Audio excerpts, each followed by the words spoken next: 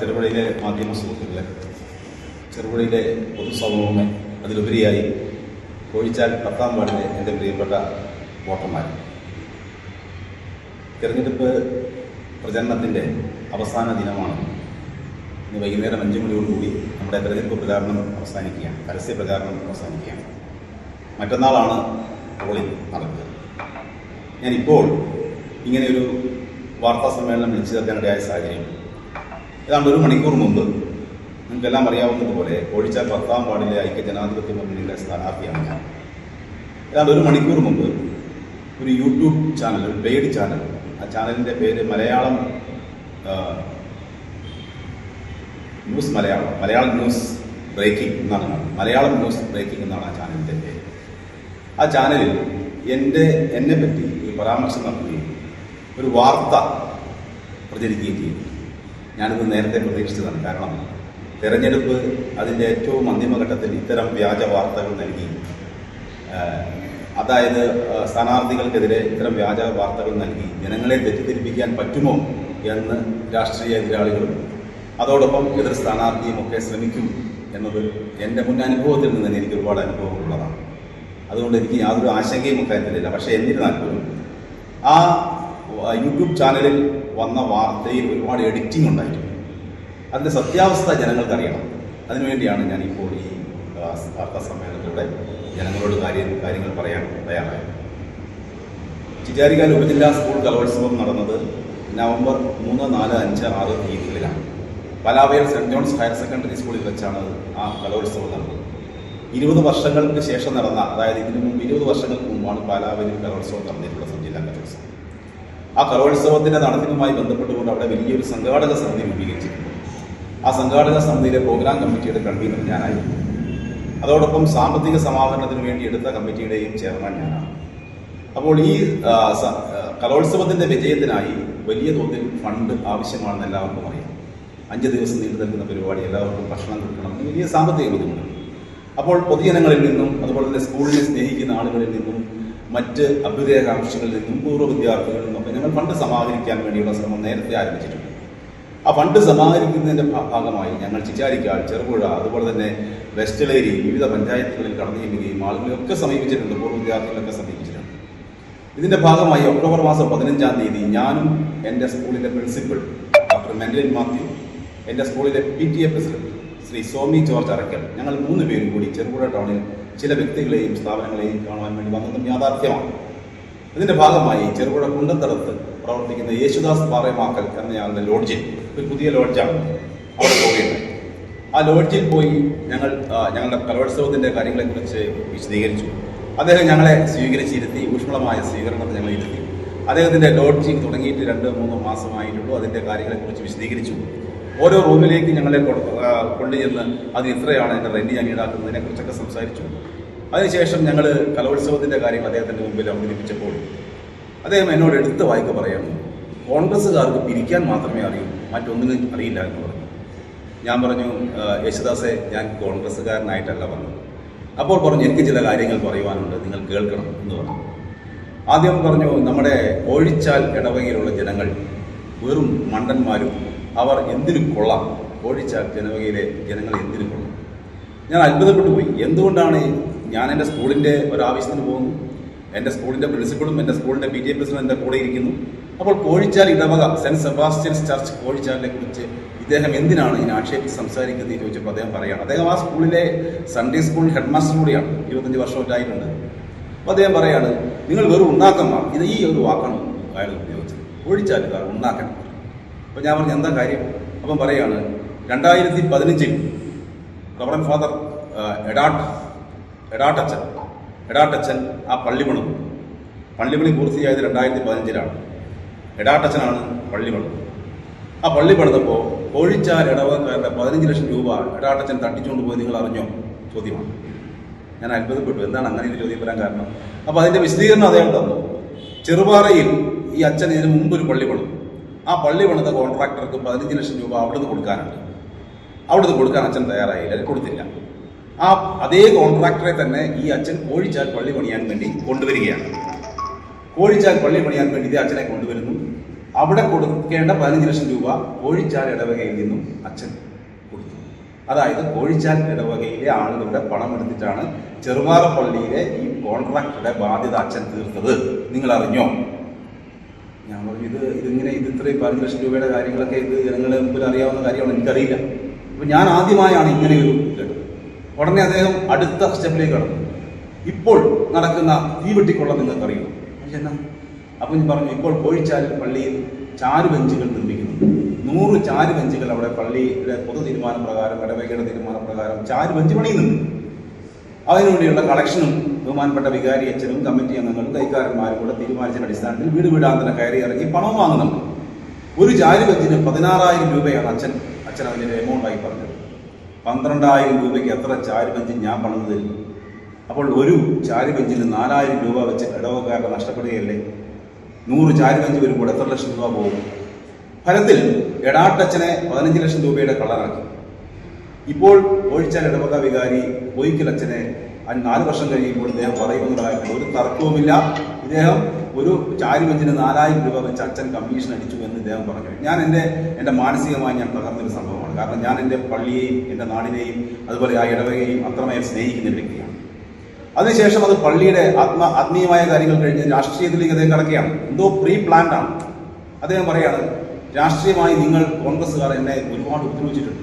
ആദ്യം പറഞ്ഞു കോലുവള്ളി മെമ്പർ ജോയ്സി ഷാജി, കഴിഞ്ഞ പഞ്ചായത്ത് മെമ്പറായിരുന്നു ജോയ്സി ഷാജി. അവിടെ എൻ്റെ പണിക്കാർ, അദ്ദേഹത്തിൻ്റെ കോൺട്രാക്ടർ വർക്കാണ്, അദ്ദേഹത്തിൻ്റെ അന്യസംസ്ഥാന തൊഴിലാളികൾ ആരെങ്കിലും താമസിപ്പിക്കുന്നുണ്ട്. കോലുവള്ളിയിലെ ഒരു വാടക ക്വാർട്ടേഴ്സിൽ അദ്ദേഹത്തിൻ്റെ പണിക്കാരെ താമസിപ്പിക്കുന്നു. ആ ക്വാർട്ടേഴ്സിന്റെ മുമ്പിൽ വെച്ച് പച്ചമീൻ്റെ തല പ്ലാസ്റ്റിക് കൂട്ടിൽ പൊതിഞ്ഞ് കെട്ടി പഞ്ചായത്ത് പിടിക്കുന്നു. 16,000 രൂപ ഇദ്ദേഹത്തിന് പിഴയിടുന്നു. അദ്ദേഹം പഞ്ചായത്തിൽ വന്ന് പ്രശ്നമുണ്ടാക്കി. അവസാനം അത് തിരിഞ്ഞു കണ്ടുപിടിച്ചു. ജോയ്സി ഷാജിയുടെ ഏതോ ബന്ധുവാണ് അവിടെ കൊണ്ടുപോയിട്ടെന്ന് തിരിച്ചറിഞ്ഞു. അങ്ങനെ ഞാൻ പൈസ അടച്ചില്ല, ജോയ്സി ഷാജിക്ക് ഞാൻ തെരഞ്ഞെടുപ്പ് ഫണ്ട് 15,000 രൂപ കൊടുത്തതാണ്. ഇങ്ങനെയൊക്കെയുള്ള ഒരുപാട് ന്യായങ്ങൾ ആദ്യം ജോയ്സി ഷാജിയെ കുറിച്ച് ആക്ഷേപിച്ചു. അതിനുശേഷം എൻ്റെ നേതാവ് KPCC മെമ്പർ ബഹുമാനായ ശ്രീ വി കൃഷ്ണ മാസ്റ്റർ ചെറുപുഴയിൽ ഇത്രയും നല്ല രീതിയിൽ രാഷ്ട്രീയ പ്രവർത്തനം നടത്തി ഈ നാട്ടിലെ ജനങ്ങൾക്ക് മാതൃകയായ ഒരു മോഡൽ മാൻ, അദ്ദേഹത്തിനെതിരെ അടുത്ത ആരോപണം. അപ്പം പറയാണ്, ചെറുപുഴ ടൗൺ ബാങ്കിന്റെ ഈവനിങ് ശാഖ പണിതത് ഞാനാണ്. ആ ഈവനിങ് ബ്രാഞ്ച് പണിതപ്പോൾ എനിക്ക് 2 ലക്ഷം രൂപ അത് തരാൻ ബാക്കിയുണ്ട്. ആ 2 ലക്ഷം രൂപ എന്നെ പറ്റിച്ചു. ഞാൻ തിരുവനന്തപുരത്ത് പരാതി കൊടുത്തു. ഈവനിങ് ബ്രാഞ്ചിന്റെ പ്രവർത്തനം നിലച്ചു. ഞാൻ പറഞ്ഞു, പ്രവർത്തനം നിലച്ചിരുന്നില്ല, ഈവനിങ് ബ്രാഞ്ച് പ്രവർത്തിക്കുന്നുണ്ട്. എന്നാൽ ഇപ്പോൾ അടുത്തങ്ങാനമായിട്ടുണ്ടാവാം. എൻ്റെ രാഷ്ട്രീയ നേതാവ് വി കൃഷ്ണമാഷെ ആ ഈവനിങ് ബ്രാഞ്ചിന്റെ പണിതതിന്റെ പണം കൊടുത്തില്ല എന്ന് പറഞ്ഞ് ഇദ്ദേഹം ആക്ഷേപിച്ചു. അതിനുശേഷം മൂന്നാമത് പറഞ്ഞൊരു കാര്യം, കൊറോന പള്ളി, സെന്റ് മേരീസ് കൊറോന പള്ളി കാക്കേച്ചാൽ, ആ പള്ളിയും അദ്ദേഹത്തെ വഞ്ചിച്ചു എന്ന് പറഞ്ഞു. എങ്ങനെയാണെന്ന് വെച്ച് പറഞ്ഞു, അവിടെ ഞാനാണ് അവിടുത്തെ ഓഡിറ്റോറിയം പണിതത്. കാക്കേച്ചാൽ പള്ളിയുടെ ഓഡിറ്റോറിയം പണിതത് യേശുദാസാണ്. ആ യേശുദാസ് ഓഡിറ്റോറിയം പണിതപ്പോൾ പണം പൂർണ്ണമായി കൊടുക്കാൻ സാധിച്ചില്ല. അതിന് പകരമായാണ് ഇപ്പോൾ ലോഡ്ജിരിക്കുന്ന സ്ഥലം ചെറിയ പൈസയ്ക്ക് ആ കൊടുക്കാൻ പണമില്ലാത്തതുകൊണ്ട് ഒരു അച്ഛൻ അവൻ ആ പണത്തിന് പകരം അന്ന് ആരും വാങ്ങാത്ത അല്ലെങ്കിൽ ആരും എടുക്കാത്ത കുറുക്കൻ മാത്രം കൊടുത്തു കൊടുക്കുന്ന ആ സ്ഥലം ഞാൻ ഏറ്റെടുത്തു, അങ്ങനെയാണ് സെറ്റിലാക്കിയതെന്ന് പറഞ്ഞു. ഇതെല്ലാം കഴിഞ്ഞ് അദ്ദേഹം എൻ്റെ നേരെ വിരൽ ചൂണ്ടി, നിങ്ങൾ പഞ്ചായത്ത് പ്രസിഡന്റ് ആയിരുന്നപ്പോൾ എനിക്ക് ഒരു കാര്യത്തിൽ നീതി തന്നില്ല. ഞാൻ ചോദിച്ചു, എന്താ കാര്യം? അപ്പം പറയാണ്, ലയൺസ് ക്ലബ്ബ് പണിതത്, ചെറുപുഴ ലയൺസ് ക്ലബ്ബ് പണിതത് ഞാനാണ്. അന്ന് തൊഴിലാളികളുമായി തർക്കമുണ്ടായപ്പോൾ ആ പ്രശ്നം പാർട്ടിയുടെ കൃഷ്ണമാഷിന് മുമ്പിലെത്തി. കൃഷ്ണമാഷ് പഞ്ചായത്തിലേക്ക് പറഞ്ഞു. ഞാൻ പഞ്ചായത്ത് പ്രസിഡന്റ് ആയിരുന്നു, ഞാനത് വേണ്ട വിധത്തിൽ പരിഗണിച്ചില്ല. അത് പെരിങ്ങോം പോലീസ് സ്റ്റേഷനിലേക്ക് പോയി. സ്റ്റേഷനിൽ പോയപ്പോൾ അദ്ദേഹത്തിന് നീതി ലഭിച്ചില്ല. തൊഴിലാളികൾക്ക് അനുകൂലമായാണ് സബ് ഇൻസ്പെക്ടർ പെരുമാറിയത്, അത് നിങ്ങളാണ് ഇടപെട്ടത്. ഇതെല്ലാമാണ് അദ്ദേഹം പറഞ്ഞത്. ഞാൻ പറഞ്ഞു, ഇതെല്ലാം 15 വർഷം മുമ്പ് നടന്ന കാര്യങ്ങളാണ്. യേശുദാസന് അതിനുശേഷം എന്നെ എത്രയോ കാലം നമ്മൾ തമ്മിൽ കണ്ടു. ഇതൊന്നും നിങ്ങൾ ഇപ്പോൾ പറയുന്നത് എന്താണ്? അപ്പോൾ ഫണ്ടിന്റെ കാര്യം പറഞ്ഞു. 1000 രൂപയുടെ സമ്മാന കൂപ്പണാണ് ഞങ്ങൾ ആ ഒരു സബ് ജില്ലാ കലോത്സവത്തിന് വേണ്ടി പ്രിന്റ് ചെയ്തത്. 1000 രൂപയുടെ ഞാൻ 2 കൂപ്പൺ അദ്ദേഹത്തിന് മുറിച്ചു കൊടുത്തു. അദ്ദേഹം പറഞ്ഞു, ഞാൻ 1 കൂപ്പണേ എടുക്കും, അത് മാത്രമേ തരുള്ളൂ. രണ്ടാമത്തെ കൂപ്പൺ അദ്ദേഹം മടക്കി. 10,000 രൂപ ഞാൻ ആവശ്യപ്പെട്ടു എന്നൊക്കെയാണ് ഇപ്പോൾ ചാനലിൽ പറയുന്നത്. ആ രണ്ടാമത്തെ കൂപ്പൺ ഞാൻ ക്യാൻസൽ ചെയ്ത് 1000 രൂപയും മേടിച്ച് ആ കൂപ്പണും ഞങ്ങൾ ഇറങ്ങാൻ നേരത്ത് അദ്ദേഹം പറയുകയാണ്, ഇതൊക്കെ ഞങ്ങൾക്ക് വേണ്ട വിധത്തിൽ നിന്നെയൊക്കെ കാണാൻ പറ്റും. അതിനുശേഷം എന്നോട് തർക്കിച്ചപ്പോൾ എൻ്റെ മതപരമായി ഞാൻ വിശ്വസിക്കുന്ന കോഴിച്ചാൽ ഇടവകയെ ആക്ഷേപിച്ചു, എൻ്റെ രാഷ്ട്രീയ പ്രസ്ഥാനത്തെ ആക്ഷേപിച്ചു, എൻ്റെ രാഷ്ട്രീയ നേതാക്കന്മാരെ അദ്ദേഹം പരസ്യമായി ആക്ഷേപിച്ചു. ഇത്രയുമൊക്കെ പറഞ്ഞപ്പോൾ അദ്ദേഹവുമായി കയർത്ത് സംസാരിക്കേണ്ടി വന്നു എന്നുള്ളത് യാഥാർത്ഥ്യമാണ്. ഞാൻ സംസാരിച്ചിട്ടുണ്ട്. പക്ഷേ ആ കാര്യങ്ങൾ മാത്രം, ഞാൻ സംസാരിക്കുന്ന ഭാഗം മാത്രം എഡിറ്റ് ചെയ്തുകൊണ്ട് ഇലക്ഷന്റെ തലേ ദിവസം ഇത്തരത്തിൽ വ്യാജമായി അല്ലെങ്കിൽ അത്തരത്തിലൊരു വാർത്ത ഒരു യൂട്യൂബ് ചാനലിലൂടെ പുറത്തുവിടുന്നതിന്റെ പിന്നിലുള്ള ചേതോവികാരം തിരിച്ചറിയേണ്ടതുണ്ട്. മുഴുവൻ കാര്യങ്ങൾ പുറത്തുവിടട്ടെ. ആ ഉടൻ തന്നെ ആ പിറ്റേ ദിവസം തന്നെ ഇദ്ദേഹം വ്യാപകമായ പ്രചരണം നടത്തി. കോശി ബാലാവയൽ സ്കൂളിന്റെ പിരിവുമായി അവിടെ ചെന്നു. ഇദ്ദേഹത്തിന്റെ നെഞ്ചത്ത് ചവിട്ടി, ഇദ്ദേഹത്തിന്റെ കവിള് തടിച്ചു. എന്റെ എതിർ സ്ഥാനാർത്ഥി വീട് വീടാന്തരം കയറി ഇറങ്ങി പ്രചരണം നടത്തി. ഈ ഇലക്ഷന്റെ ആദ്യഘട്ടത്തിൽ അങ്ങനെ ഒരു പ്രചരണവുമായി മുമ്പോട്ട് പോയി. ഞാൻ നെഞ്ചത്ത് ചവിട്ടിയെന്നും അദ്ദേഹത്തെ ആക്രമിച്ചു എന്നുമാണ് അദ്ദേഹം ആദ്യമായി ആ സമയത്ത് പ്രചരിപ്പിച്ചത്. ഞാൻ ഇതുമായി ബന്ധപ്പെട്ടുകൊണ്ട് എനിക്കറിയാം, എൻ്റെ പ്രിയപ്പെട്ട സുഹൃത്ത് A1 ചാനലിലെ സുരേഷ് നമ്മുടെ സ്കൂളിൽ കലോത്സവത്തിന്റെ കാര്യങ്ങളുമായി ബന്ധപ്പെട്ട് അതിന്റെ വിജയവുമായി ബന്ധപ്പെട്ട് നടത്തിയ ഇന്റർവ്യൂവിന്റെ ഭാഗമായി ഞാൻ അവിടെ കാര്യങ്ങൾ പറഞ്ഞതാണ്. അന്ന് ഞാൻ വെല്ലുവിളിച്ചുകൊണ്ട് പറഞ്ഞു, ഇദ്ദേഹത്തെ ആക്രമിക്കുകയോ ഇദ്ദേഹത്തെ ചവിട്ടുകയോ ഇദ്ദേഹത്തെ കൈവെക്കുകയോ എന്തെങ്കിലും വീഡിയോ ഉണ്ടെങ്കിൽ അത് പുറത്തു വിട്ടാൽ ഞാൻ എൻ്റെ സ്ഥാനാർത്ഥിത്വം പിൻവലിച്ച് എൻ്റെ എതിർ സ്ഥാനാർത്ഥി ജോയിസ് പുത്തുമരിക്ക് വേണ്ടി വീട് കയറാൻ തയ്യാറാണ് എന്ന് ഞാൻ പറഞ്ഞവനാണ്. ഈ കാലയളവ് അത്രയും ഈ ഇലക്ഷന്റെ തലേ ദിവസം വരെയും പിന്നെ അതിനെപ്പറ്റി യാതൊരു മുന്നാട്ടവുമില്ല. ഇന്ന് ആ നാട്ടിലെ ജനങ്ങളെ വഞ്ചിക്കുവാൻ വേണ്ടി, ജനങ്ങളെ അങ്ങേയറ്റം എന്നെ മോശമാക്കാൻ വേണ്ടി, കേവലം 4 വോട്ട് കിട്ടാമെന്നുള്ള ശ്രമത്തിന് വേണ്ടി ഇത്തരം വ്യാജമായ ഏതെങ്കിലും ഒരു ചാനൽ അത് ഏറ്റെടുത്തിട്ടുണ്ടോ? അദ്ദേഹം പറഞ്ഞു അദ്ദേഹം പരാതി കൊടുത്തിട്ടുണ്ട് DGPക്കും അതുപോലെ തന്നെ ജില്ലാ പോലീസ് സൂപ്രണ്ടിനും പരാതി കൊടുത്തിട്ടുണ്ടോ എന്ന് പറയുന്നു ആ ചാനൽ. ഇന്ന് വരെ എന്നെ അതുമായി ബന്ധപ്പെട്ടുകൊണ്ട് ഒരു പോലീസ് ഉദ്യോഗസ്ഥനോ നിയമപരമായി എനിക്ക് കടലാസോ ലഭിച്ചിട്ടില്ല. ഇതൊന്നുമില്ലാതെ തികച്ചും ഈ ഇലക്ഷന്റെ തലേ ദിവസം ആക്ഷേപിക്കുവാൻ വേണ്ടി, ജനങ്ങളുടെ മുന്നിൽ ഒരു സ്ഥാനാർത്ഥിയെ മോശമാക്കുന്നതിന് വേണ്ടി ഈ ഒരു വ്യക്തിയെ വെച്ചുകൊണ്ട് എതിർ പ്രസ്ഥാനവും അതുപോലെ തന്നെ എൻ്റെ രാഷ്ട്രീയ എതിരാളികളും എതിർ സ്ഥാനാർത്ഥിയും നടത്തുന്ന ഇത്തരം നീചമാണ്, ഞാൻ പറയും നീചം എന്ന ആ വാക്ക് ഉപയോഗിക്കുന്നു, ഇത്തരം നീചമായ രാഷ്ട്രീയം നമ്മുടെ നാടിന് ഗുണകരമാകുമോ എന്ന് ചിന്തിക്കണം. ഞാൻ 2010-15 കാലയളവിനിടയിൽ ചെറുപുഴ ഗ്രാമപഞ്ചായത്തിന്റെ പ്രസിഡന്റായ ആളാണ്. അപ്പോൾ എനിക്കറിയാം ഈ നാട്ടിലെ ജനങ്ങളെ. തീർച്ചയായും ഞാൻ വളരെ വിനയത്തോടുകൂടിയും അതിലേറെ വേദനയോടുകൂടിയും പറയുകയാണ്, ഇത്തരത്തിലല്ല രാഷ്ട്രീയ ഇടപെടലുകൾ നടത്തേണ്ടത്. രാഷ്ട്രീയ എതിരാളികളെ നേരിടുമ്പോൾ വ്യക്തിപരമായി എന്നെ ഒരുപാട് ആക്രമിച്ചിട്ടുണ്ട്, ഒരുപാട് കേസുകൾ. നിങ്ങൾക്കറിയാം, ഇത്തവണ തന്നെ എൻ്റെ നോമിനേഷൻ തള്ളാൻ വേണ്ടി അല്ലെങ്കിൽ അത് ഒഴിവാക്കാൻ വേണ്ടി എനിക്ക് നടത്തിയ ശ്രമം, അതൊക്കെ അതിജീവിച്ച് വന്നവനാണ് ഞാൻ. അതുകൊണ്ട് എൻ്റെ നാട്ടിലെ ജനങ്ങൾ, 10ാം വാർഡിലെ വോട്ടർമാരെ നിങ്ങൾ ഇത്തരത്തിൽ വില കുറച്ച് കാണരുത്. റോഷി ജോസിന് എന്താണെന്നും റോഷി ജോസ് ആ നാടിന്റെ ഭാഗമായി എന്തൊക്കെ ചെയ്തിട്ടുണ്ടെന്നും ഈ നാട്ടിലൊരു പൊതുപ്രവർത്തകൻ എന്ന നിലയിലും ഒരു അധ്യാപകൻ എന്ന നിലയിലും ആ നാടിലും ആ വിദ്യാലയത്തിൽ നടത്തിയ സേവനങ്ങൾ എന്തൊക്കെയാണെന്നും നല്ല രീതിയിൽ ആ നാട്ടിലെ ജനങ്ങൾക്ക് ബോധ്യമുണ്ട്. ഇത്തരത്തിലുള്ള ഈ പ്രചാരവേലകൾ, ഇത്തരത്തിലുള്ള തരം താഴ്ന്ന ഇത്തരത്തിലുള്ള ഇലക്ഷൻ ദിവസം രാഷ്ട്രീയ എതിരാളികളെ ഇത്തരത്തിൽ അപമാനിക്കുന്ന രീതിയിൽ പ്രചരണങ്ങൾ നടത്തി എന്തെങ്കിലും, ഞാൻ ഇനിയും വെല്ലുവിളിക്കുകയാണ്, ആ വീഡിയോയിൽ അദ്ദേഹത്തെ ആക്രമിക്കുകയോ ചവിട്ടുകയോ അടിക്കുകയോ ചെയ്യുന്ന ഏതെങ്കിലും ഒരു ഭാഗമുണ്ടെങ്കിൽ പുറത്തു വിടണം. ഞാൻ എൻ്റെ സ്ഥാനാർത്ഥിത്വം ഇന്നും പിൻവലിച്ച് ഞാൻ പത്രക്കാർക്ക് പ്രസ് കുറിപ്പ് നൽകി എൻ്റെ സ്ഥാനാർത്ഥിത്വം പിൻവലിച്ച് ഞാൻ മാപ്പ് ചോദിച്ച്, പൊതുസമൂഹത്തോട് മാപ്പ് ചോദിച്ച് ഞാൻ ഈ ഇലക്ഷനിൽ ഞാൻ വിഡ്രോയി. അതല്ലാതെ ആക്രമിച്ചോ ഇത്തരത്തിൽ വ്യാജമായ വാർത്തകൾ കെട്ടിച്ചമച്ചോ എഡിറ്റ് ചെയ്ത് വാർത്തകൾ കൊടുത്തുകൊണ്ടോ എന്നെ ഇല്ലാതാക്കുമ്പോൾ അതിന് മറുപടി പറയുക ആ വാർഡിലെ വോട്ടർമാരാണ്. ഞാൻ എല്ലാ വീടുകളിലും പോയിട്ടുണ്ട്. ഞാൻ ഇതിനെപ്പറ്റി വിശദീകരണം കൊടുത്തിട്ടുണ്ട്. ഞാൻ നേരത്തെ കൊടുത്ത വിശദീകരണത്തിന് ഒരു മറുപടി പോലും ഇവർ ഇതുവരെ പറഞ്ഞിട്ടില്ല.